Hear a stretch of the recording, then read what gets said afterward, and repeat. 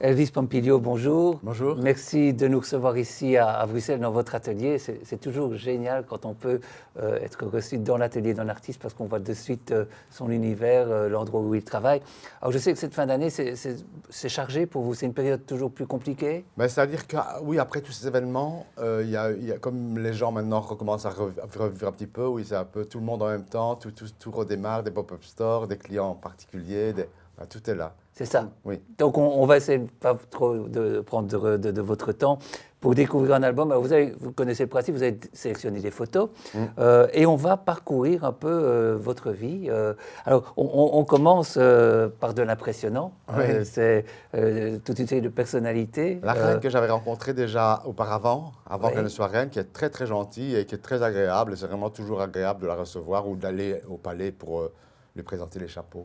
Alors quand la reine vient chez vous pour justement un chapeau, elle a son idée déjà ou, Parfois, oui, pas toujours, mais parfois. C'est ça. Et puis c'est souvent assorti à une tenue, donc il faut faire en fonction de la tenue, etc. C'est ça. Oui. Donc c'est un travail évidemment de précision. Oui. Alors on va repartir, si vous voulez bien, un peu en arrière. Comment êtes-vous devenu modiste ça a été quoi le chemin pour arriver à ce que vous êtes aujourd'hui? Mais en fait, j'ai fait des études artistiques à l'ICADI à Liège. Et je me suis toujours intéressé à la mode et j'ai commencé à faire mes propres vêtements parce que je n'étais pas riche, donc je voulais être bien habillé, enfin être habillé comme je voulais. Et donc j'ai commencé à faire mes vêtements et mes chapeaux parce que j'avais envie de porter des chapeaux, donc je faisais tous les chapeaux moi-même. Et petit à petit, j'ai travaillé aussi dans une friperie où j'ai appris à regarder les vêtements anciens qui sont toujours magnifiquement faits à la main, etc. J'ai analysé tout ça. Au fur et à mesure, j'ai appris, je suis autodidacte dans la couture, donc... Mais ce qui était bien, c'est qu'à l'ICADI, à l'école, j'ai appris beaucoup de choses qui m'ont beaucoup servi dans mon métier. C'est-à-dire j'ai appris la sculpture, la peinture, la pub, la photo. Et donc tous ces aspects-là ont été très, très enrichissants pour moi. Parce que dans ma carrière, il vaut mieux faire de la sculpture que de la mode. Parce qu'un chapeau, c'est une sculpture au départ. Ok, ah oui, c'est une sculpture au départ. Voilà.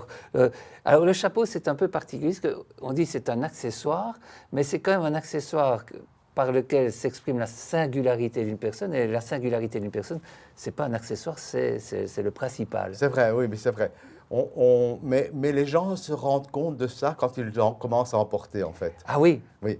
Avant ça, ils remarquent, ils sourient, ils aiment, mais ils n'osent pas, en général, les gens n'osent pas en porter.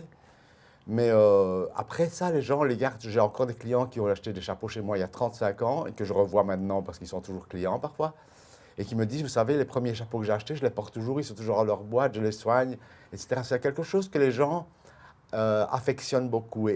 Parce qu'ils sont, en général, ce sont des choses qui leur correspondent bien, qui sont faites pour eux, en tout cas dans mon cas, dans le cas de mes clients. c'est ça. Et donc, ce sont des choses qui ne se retrouvent rarement sur les marchés aux puces ou dans les ventes, parce que les gens les gardent. C'est très personnel. Voilà. C'est quoi le déclic chez quelqu'un par rapport au port du chapeau, justement? Vous dites, à un moment donné, ils sont un peu étrangers à ça, puis ils y arrivent. Ça peut être pour le style, pour le froid, pour le soleil, ça peut être pour plein de raisons différentes. Et donc, dès qu'ils commencent à en porter, ils voient l'effet que ça fait chez les autres, que comme en général on choisit la meilleure chose pour la personne, en général c'est toujours très, très beau et flatteur. Donc les gens commencent une fois et ensuite ils y prennent goût et ils recontinuent. Alors, Parce que ça, en général, c'est flatteur, un chapeau qui va bien à une personne, eh bien ça lui va bien, ça l'embellit en plus. oui. Alors, vous, avec votre expérience, quand vous voyez quelqu'un, vous voyez de suite le style de chapeau qui lui irait? Oui, j'ai vraiment ce don aussi, je l'ai toujours eu dès le départ. Je suis assez physionomiste et je sais, je peux conseiller très, très bien les gens parce que parfois on conseille les gens par rapport juste à leur taille ou leur physique, mais il faut aussi les conseiller par rapport à leur caractère, leur vie, leurs activités, leur goût personnel.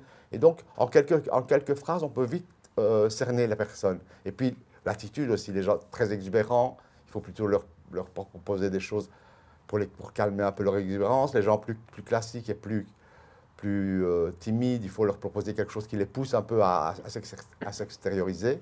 C'est ça. Donc, c'est une analyse assez poussée. Alors justement, je dis ça sans plaisanter, c'est un travail de psychologue d'une certaine manière. Un peu, oui, un peu. Ben, c'est-à-dire qu'il faut vraiment choisir la bonne chose parce que Moi, je fais des chapeaux vraiment pour que les gens soient contents. C'est un accessoire.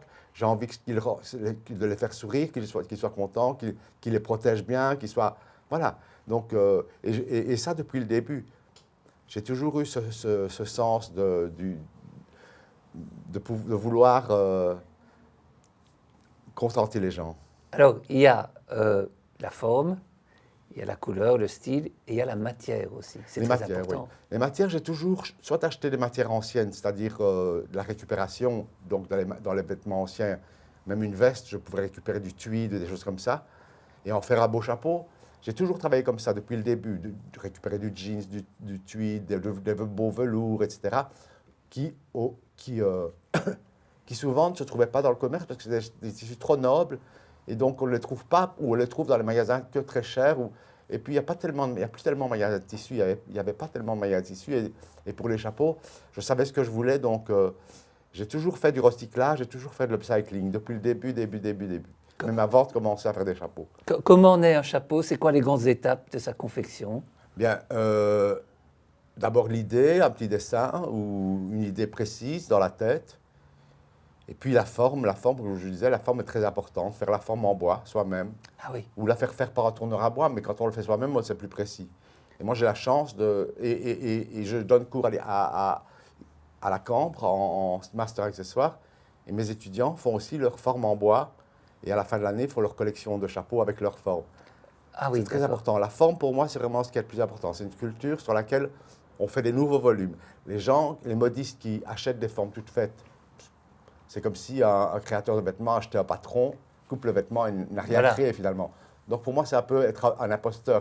Moi, je me sentirais mal si je devais commencer à acheter une forme et juste mouler le chapeau, mettre un ruban et faire une finition. Pour moi, ce n'est pas faire des chapeaux. C'est coudre, c'est pas créer, c'est pas de la création. C'est pour ça que vous disiez sculpteur tout à l'heure. Voilà, c'est ça. C'est vraiment ça l'idée. Oui. Alors, on va poursuivre la découverte des photos. Alors, ici Madonna. Alors, comment arrive-t-on justement, par exemple, à coiffer Madonna? Mais ça veut dire que moi, j'ai été mondialement connu parce que mes chapeaux, ils ont voyagé beaucoup. Ils ont été vendus aux États-Unis, au Japon, en Russie, partout en Italie. Donc, j'ai eu aussi beaucoup de presse à l'étranger, dans le Vogue américain, enfin, tous les plus beaux magazines du monde. Et donc, les gens sont au courant de ce qu'on fait. Et puis, je suis très fier parce que j'ai quand même rendu la Belgique.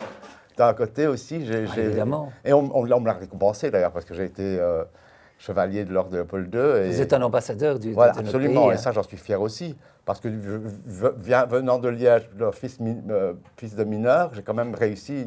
Je trouve que je suis assez fier de moi. Et donc, on arrive à ça en faisant du bon travail. C'est ça.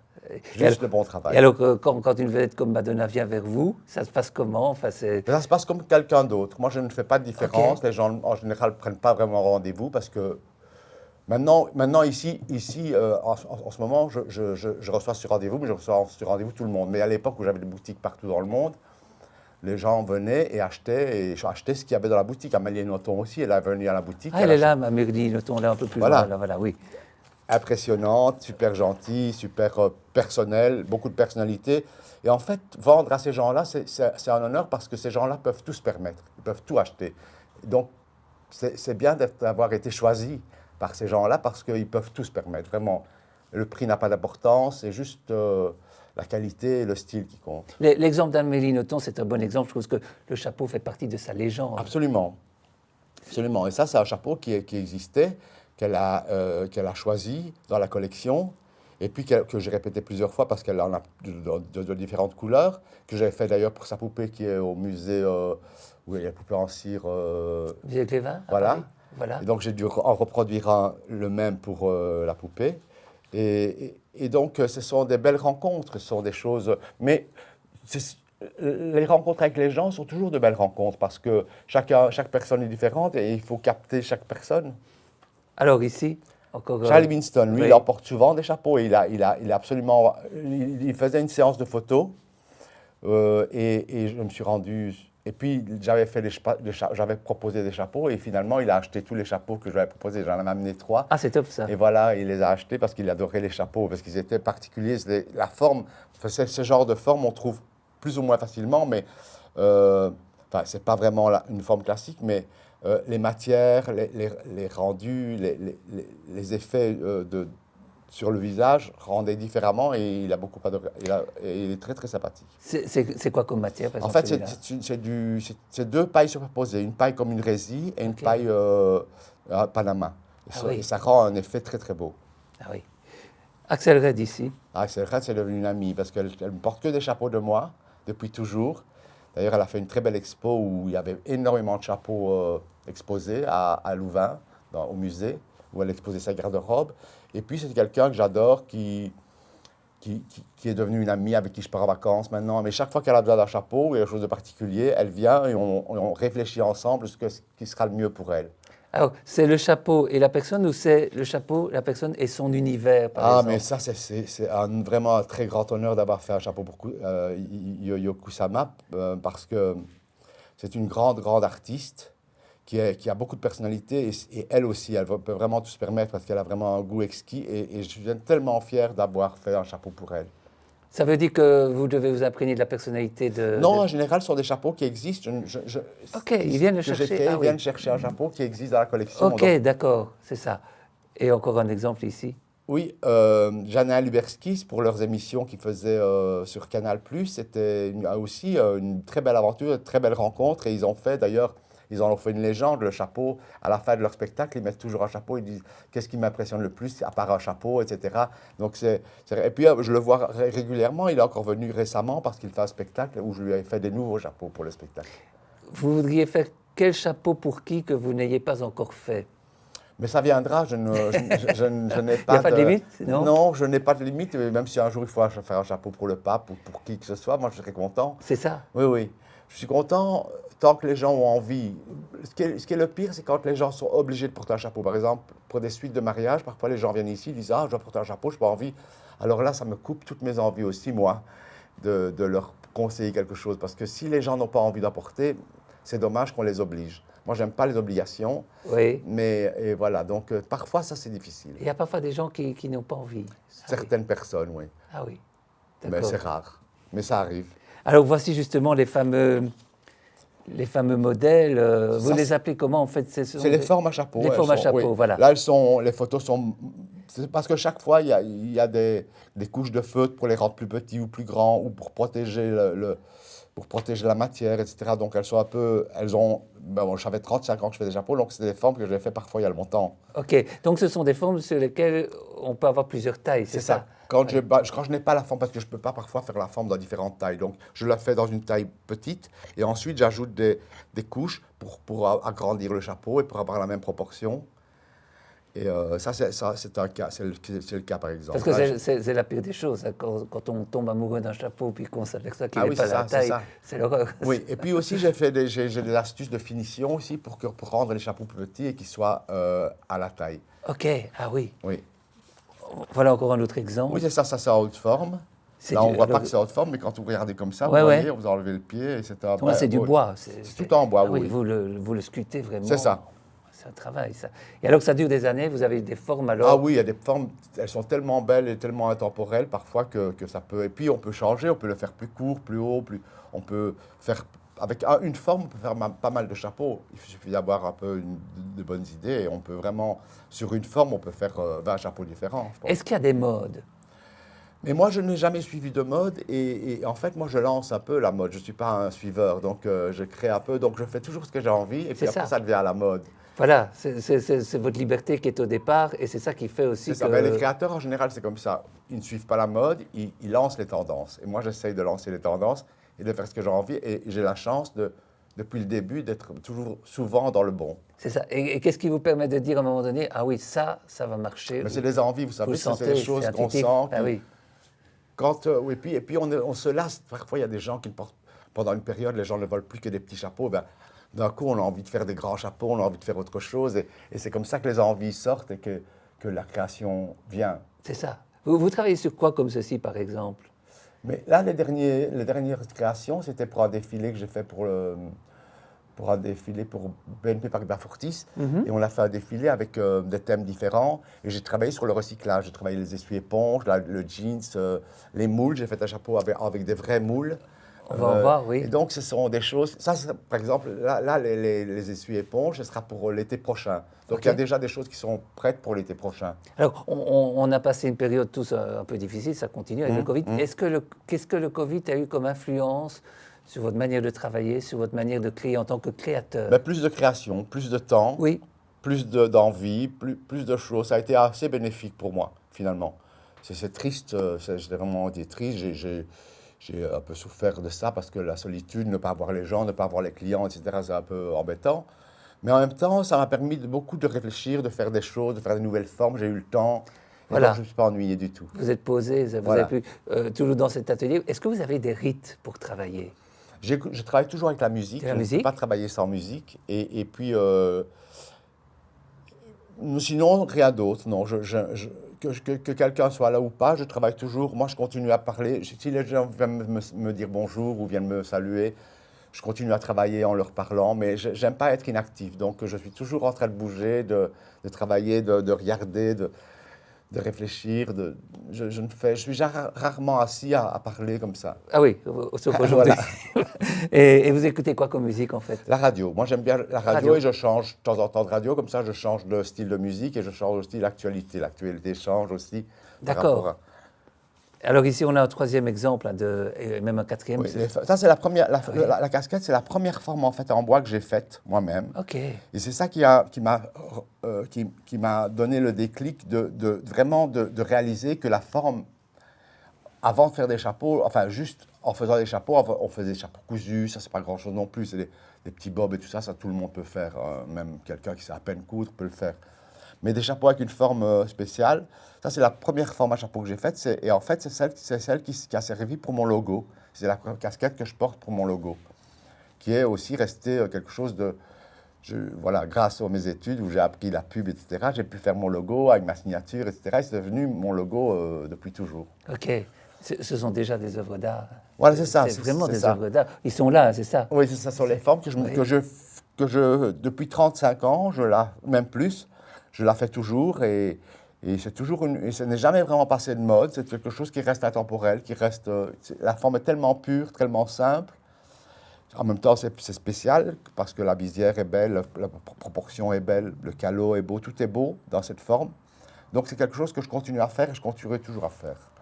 Alors, évidemment, quand on est comme vous, il y a des collaborations qui se mettent en place dans tous les domaines. On a quelques photos pour les illustrer. Grande chance, ça aussi, d'avoir pu collaborer avec tous ces gens. C'est important, ça. Oui, c'est important parce que ça change aussi, ça change.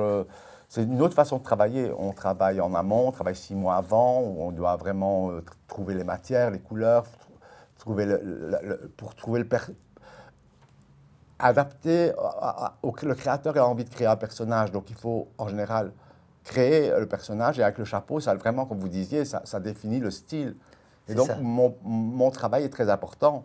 Et donc je dois toujours faire mieux que ce qu'ils pensent. Enfin, en tout cas, mon but, c'est toujours faire mieux que ce que les créateurs veulent pour pouvoir les épater. Moi, j'aime bien épater les gens, j'aime bien faire des choses mieux que ce qu'on me demande. Parlons de cette première photo alors. Ça, c'est une collaboration avec Karl Lagerfeld, Coco Chanel, quand il était toujours là. C'est ça. C'était une des premières collaborations avec Chanel, et c'était pour la haute couture. Et d'ailleurs, ces chaises sont faites dans l'étui de Chanel, qui me restait des morceaux. Donc j'ai fait. Wow. On est assis sur des tissus Chanel, donc c'est peut-être ce tailleur-là d'ailleurs. C'est peut-être ce tissu-là. Ok. Ah oui. Oui. Ici? Avec Véronique Leroy, une liégeoise aussi, qui a un talent énorme et que j'adore ses collections. Elle a un talent vraiment. Mais de toute façon, tous les gens avec qui je collabore, ou je refuse, quand je ne respecte pas les gens ou que je n'aime pas ce qu'ils font, en général, je refuse. Donc. Le chapeau naît en même temps que le reste. Non, après. Après, il vient après. Oui, il vient après. En général, je dis 6 mois, mais en général, c'est 3 mois pour faire la collection. Parce que c'est un travail qui est en fonction du visage, mais aussi en fonction du corps. Absolument. C'est-à-dire en fonction du personnage que la personne a envie de créer, de la silhouette. Et alors, il faut parfois faire... Moi, en général, quand je travaille avec pour la couture ou pour les créateurs, je fais genre 10 chapeaux différents dans le même esprit, mais qui sont quand même très différents. Donc après, on choisit là-dedans ce qui va le mieux avec la silhouette. Alors, tout ce qui est compliqué paraît toujours si simple. Hein. Ça paraît aller de soi, c'est extrêmement compliqué. C'est aussi une question d'équilibre. C'est ça. Mais moi, je n'aime pas quand on ne voit que le chapeau, par exemple. J'aime Oui. bien quand ça fait partie de la personne, quand on dirait que la personne a toujours eu ça sur la tête. C'est ça. C'est ce que j'aime bien. Je n'aime pas qu'on ne voit que le chapeau. Sinon, je ne fais que ma pub et ce n'est pas la peine. Ce n'est pas moi qu'on doit mettre en valeur, c'est la personne. Ah oui, c'est la création d'un univers à part entière. C'est ça. Alors ici, Ça, c'est la collaboration avec Isabelle L'Enfant, une créatrice de bijoux que j'aime beaucoup, qui fait toujours des très beaux bijoux. Et elle m'a demandé une collaboration et j'ai fait une collaboration avec elle et c'était très agréable parce qu'on a fait une collection de bijoux, des pailles à chapeau, tout avec des petits chapeaux miniatures. C'est aussi un gros travail, c'est aussi un travail très artistique. Il y a les gens qui font des bijoux en général font la cire, donc il faut travailler sur des miniatures en cire et puis après ça devient un bijou. c'est ça. Donc voilà les bijoux ici. C'est ça. C'est ça. Ce sont Ah oui. des casquettes, des petits trilby, des cow-boys, des melons. C'est tous les chapeaux un peu emblématiques de mes collections. Qu'est-ce que ça, le chapeau, il représente quoi dans l'inconscient collectif? Parce que les gens vous parlent de chapeau régulièrement. Il représente quoi le chapeau? Mais ça vraiment, ça définit la personne. Si vous m'habillez tout en noir, vous mettez un chapeau de cow-boy, vous ressemblez à un cow-boy. Vous mettez un chapeau de curé, vous ressemblez à un curé. Vous mettez un canotier, vous ressemblez à un gondolier, etc. Donc ça détermine quand même le style. C'est Si ça. vous mettez une casquette Gavroche, ça vous fait plus parisien. Donc même habillé dans une couleur monochrome, si vous mettez la casquette, ça définit directement et ça ponctue, ça indique. Et les gens aiment bien savoir avec qui. Et parfois on est étonné de voir que ce qu'on a vu ne reflète pas toujours la vraie personnalité des gens. Est-ce que les gens changent un peu quand ils ont le chapeau sur la tête, dans l'attitude? En général, non. Moi, Ils non, restent les mêmes. oui, j'essaye vraiment que justement, que ça ne les change pas, qu'ils ne doivent pas non plus changer d'attitude, qu'ils ne doivent pas se C'est tenir ça. comme des bâtons. J'essaye que ce soit vraiment quelque chose qui soit fluide, qui leur corresponde et qu'ils se sentent encore plus à l'aise que s'ils n'en avaient pas. Ah oui, bah c'est ça la complexité de ce que vous faites. Hein. Voilà, oui. C'est un travail, hein, ça. Alors ici, Ça, c'était une collaboration avec Véronique Branquinot. Véronique Branquinot, qui vient de l'école d'Anvers, qui est très talentueuse aussi. Et j'aime beaucoup aimer cette collaboration parce que je trouve que les chapeaux étaient magnifiques. Ah oui. Et puis, c'est une fille exquise qui est vraiment... Elle est belle, elle est gentille, elle fait des choses magnifiques. Donc, on ne peut rien demander de plus. c'est de la laine, C'est du mohair, ça. c'est du mohair. Ouais, c'était assorti à un manteau. Et donc, il y avait parfois des manteaux ou des pantalons ou des jupes dans les mêmes tissus. Donc, c'était coordonné. Donc, les chapeaux étaient faits en feutre. Et ensuite, ils étaient recouverts de tissu. Ça, c'est encore un autre travail. Ah oui. C'est compliqué aussi. La conservation, l'entretien de chapeau, c'est aussi quelque chose de très, très important, non? Non, enfin, il faut juste ne pas le laisser au soleil. Quand on ne le porte pas, on le met dans la boîte. Ouais. Pas la poussière non plus. Et puis, Ouais. il faut être un peu soigné. Mais C'est ça. voilà, je le dis toujours aux gens. Il ne faut pas ce qu'il trop se faire. fracasser Voilà, par rapport non. à ça. Et puis, comme les matières sont exceptionnelles, elles sont très belles, en général, ce sont des chapeaux qui ne s'abîment pas. Eh oui. Ce ne sont pas des chapeaux à 5 €, donc ce sont des chapeaux qui sont faits dans les matières. Parfois, rien que la matière coûte 100 €. Ah oui, c'est ça. Hein. C'est ça. Donc après, ça ne peut pas s'abîmer. C'est pour ça que les gens les ont encore après 35 ans, d'ailleurs. Ils tiennent le coup. C'est ça. Ça, ici- c'était aussi une collaboration amusante avec de l'acre. Mhm. C'était les biscuits. Et là, il m'avait demandé de faire du packaging, des boîtes. Et c'était pour la fin de l'année. Et donc, j'aimais bien. C'était amusant à faire. C'était joli. Et c'était aussi autre chose. C'est pour ça que ça change. Mon métier est amusant parce que ça change à chaque fois. Comme une personne change. Vous pouvez vous renouveler régulièrement. Absolument. Et Ah ça, oui. c'est ce que j'aime. Alors ici, Ça, on c'était est- avec Schweppes Ah aussi. oui. C'était une chouette collaboration parce qu'on avait fait toute une campagne publicitaire avec des pailles en métal, des badges, des chapeaux. Tout était dans un univers comme ça. Et c'était avec du Schweppes de couleur. C'était aussi une belle collaboration. Encore autrement, j'ai dû faire des dessins. J'ai dû beaucoup dessiner pour faire tous les badges. Et sur les pailles aussi, il y avait des dessins. Et c'était amusant à faire aussi. Est-ce qu'on vous a, j'imagine, on vous a déjà sollicité pour les films, je suppose? Oui, bah, peu, pas tellement parce que les gens n'ont pas toujours beaucoup de budget pour les films. Et puis parfois, mais j'ai collaboré à un film avec Almodovar, par exemple. Ça, c'était oui. aussi une belle aventure parce que j'ai rencontré tous les acteurs. Rosie De Palma, d'ailleurs, avec qui j'avais déjà fait des photos avant. J'avais fait Ok. un catalogue avec Rosie De Palma. C'était quel film? C'était, je ne sais plus, je ne me rappelle plus parce que comme je les ai vus tous. Celui dans lequel j'ai fait les films, le chapeau n'est pas le plus important pour moi parce que comme j'adore Almodovar. D'accord. Mais, Parce que ça campe un personnage, un chapeau. Oui, c'est ça. Oui. C'est- Et puis l'équipe, là, j'avais rencontré Banderas, tous Ah oui. les acteurs merveilleux. J'étais à l'anniversaire de Pedro Almodovar. Et là, j'ai rencontré tout le monde et c'était merveilleux. C'était encore une autre aventure. Et je comprends que cet univers vous convienne bien. Oui, ben oui. Ça correspond Mais en bien. même temps, c'est pas toujours. Ça reste finalement assez normal, assez simple. Hein. On croit toujours que c'est. Enfin, assez simple. Pour moi, c'est simple, mais bon, peut-être pour certaines personnes, voir tous ces gens-là. Mais moi, je ne fais pas de différence entre Pedro Almodovar et quelqu'un d'autre. Donc, pour moi, je ne suis pas non plus. C'est ça. Puis Voilà. vous êtes dans un cadre professionnel, de Voilà, travail, voilà, Et, voilà. et c'est d'égal à égal Voilà, et sans c'est ça. problème. Ah, ça, c'était chouette aussi. Parce que là, j'ai une collaboration avec Coca-Cola, Light, et ça c'était bien parce qu'il y en était plein de créateurs très, très talentueux qui avions accepté d'avoir une collaboration avec Coca-Cola. Il y avait Raph Simons, Véronique Branquino, Walter Van Berendonck et d'autres. Et c'était une belle collaboration. On avait fait aussi un objet où on pouvait aussi faire en plus. Et moi, j'avais fait en plus un petit bonnet pull en forme de pull, qui est d'ailleurs, ce bonnet, il est au Musée des Arts Décoratifs à Paris, dans la collection permanente. OK. Ah oui. Alors, vous l'avez dit, la création, ça n'a pas de limite. Voilà. Voilà quelques photos qui le montrent précisément. Voilà. Ça, c'est un chapeau qui est fait avec un vinyle. C'est un disque vinyle. OK, oui. Parce que ça, je l'avais fait pour le Télévis. Il m'a demandé un chapeau et j'avais envie de faire quelque chose. Il m'a demandé, il s'était retravaillé un vinyle. Je ne sais pas pourquoi il fallait retravailler un vinyle, tu vois, c'était le thème. Et donc, j'avais fait ce chapeau et qui s'est bien vendu d'ailleurs. Et j'étais très contente parce que c'était encore pour une œuvre caritative et ça m'a fait plaisir de le faire. Alors ici, les moules. Les moules, oui, Oui. c'est ça. Ça, c'est un peu un hommage à Brotarts aussi, l'artiste. Et donc, j'ai fait toute une série de chapeaux. J'ai fait un haute forme, un cow-boy. Ça, c'est la casserole de moule la plus représentative du travail de Brotarts. Mais j'ai fait plein de formes différentes. Un grand canotier, ils sont là d'ailleurs. Ils sont là au-dessus. Oui, Oui. oui. Comment on a une idée de ce type-là? Mais ça, j'avais envie de faire quelque chose de typiquement belge.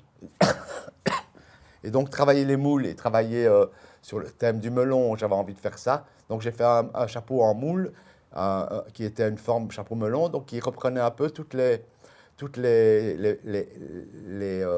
codes de la Belgique. Le melon, c'est un peu Magritte, les moules, c'était un peu Brotarts, et un chapeau, c'est un peu moi. Et donc, tout ça mis ensemble, ça donnait une belle histoire. Et il a d'ailleurs été exposé dans les musées aussi plusieurs fois. Ce sont des idées qui prennent du temps, cheminer. Elle est dans un coin de la tête. Oui, puis un c'est jour, ça. En fait, oui, c'est ça.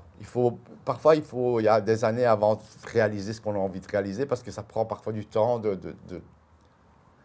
On n'ose pas encore et puis on n'a pas encore vraiment l'envie de le faire. Et puis un jour, ça sort. Ah oui. Alors, encore un autre exemple ici. C'est ça, c'est un chapeau à miroir. C'était, en fait, c'est une commande spéciale. J'en avais fait un pour le musée d'ailleurs où Axel avait exposé parce que comme c'est son chapeau, elle aime bien les chapeaux de cow-boy, elle les aime depuis toujours.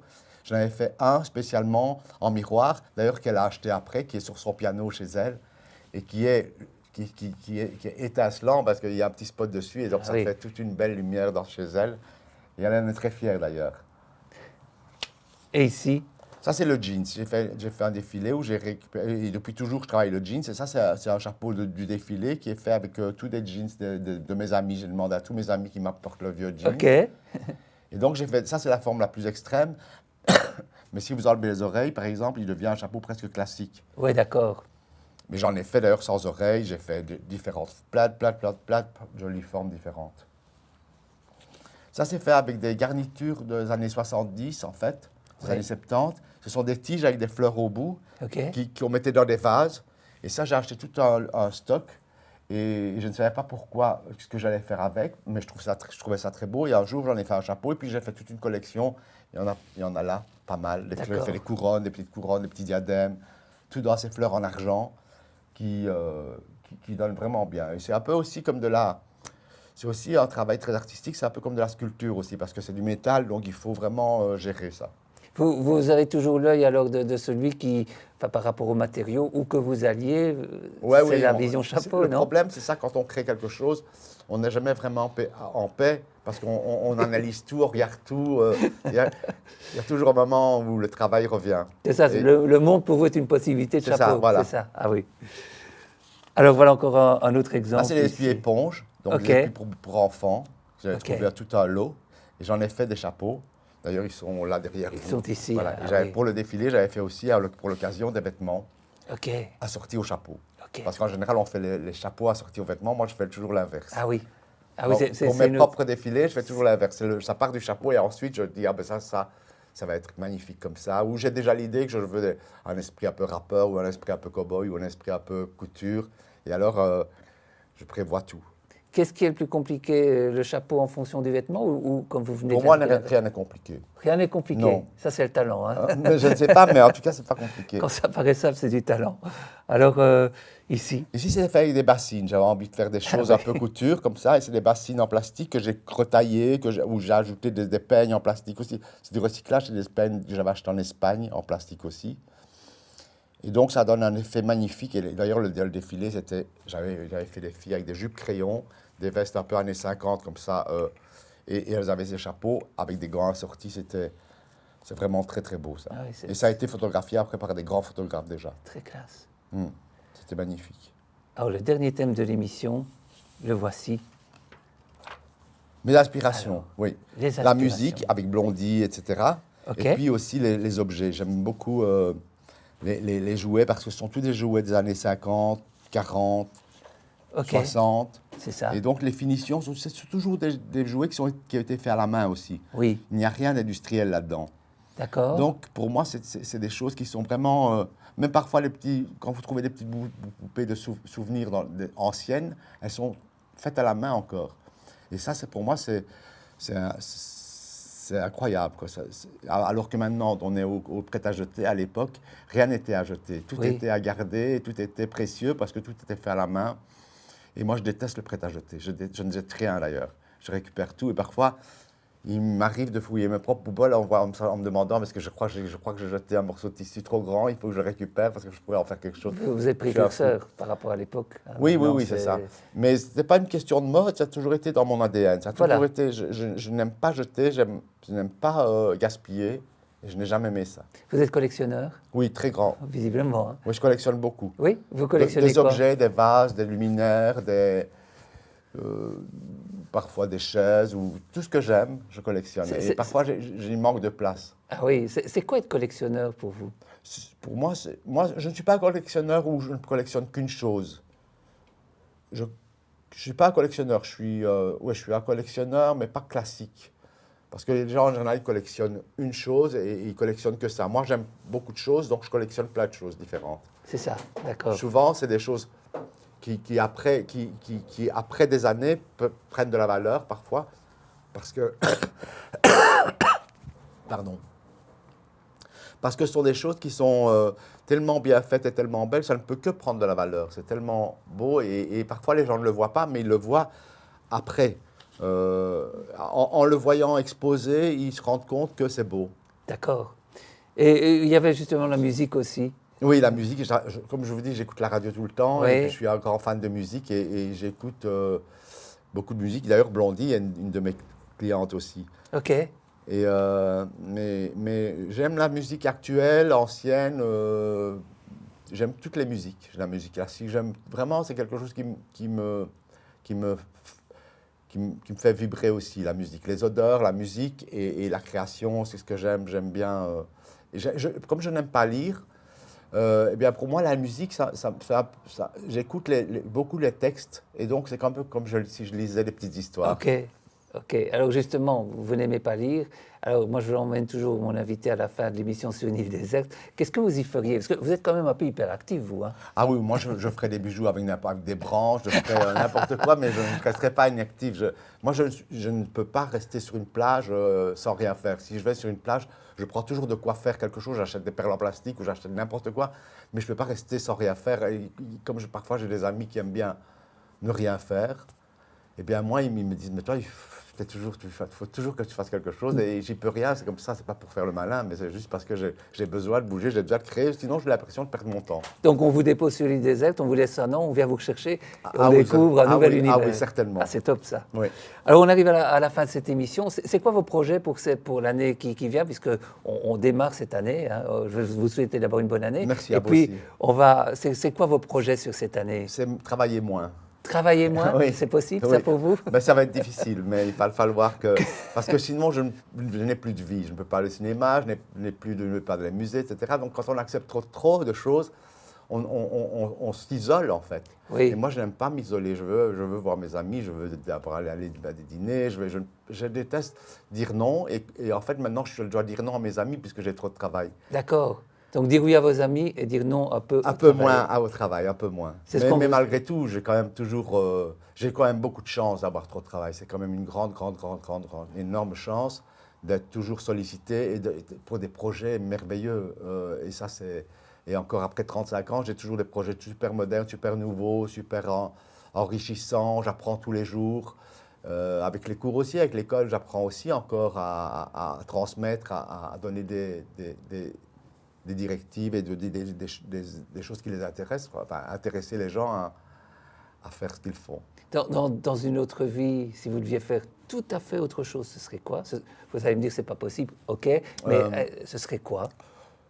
Bah, pourquoi pas avocat ou travailler dans l'associatif ou m'occuper d'enfants ou... oui, moi, il y a beaucoup de choses que je pourrais faire, je pense. Si j'avais plus de mains, si je ne pouvais plus faire des chapeaux, je crois que je ne resterais pas inactif de toute façon. Aider Et je les pourrais peut-être personnes, aider les gens ou trouver une façon sentiment de... de justice, d'équité. Oui, voilà, ça. Ok. Merci à vous infiniment et merci encore de nous avoir reçus dans votre univers. Et bien voilà, c'est comme ça qu'on commence cette année 2022 que je vous souhaite évidemment très heureuse et puis on se retrouve bien sûr lundi prochain, 20h30. Bonne soirée à toutes et à tous.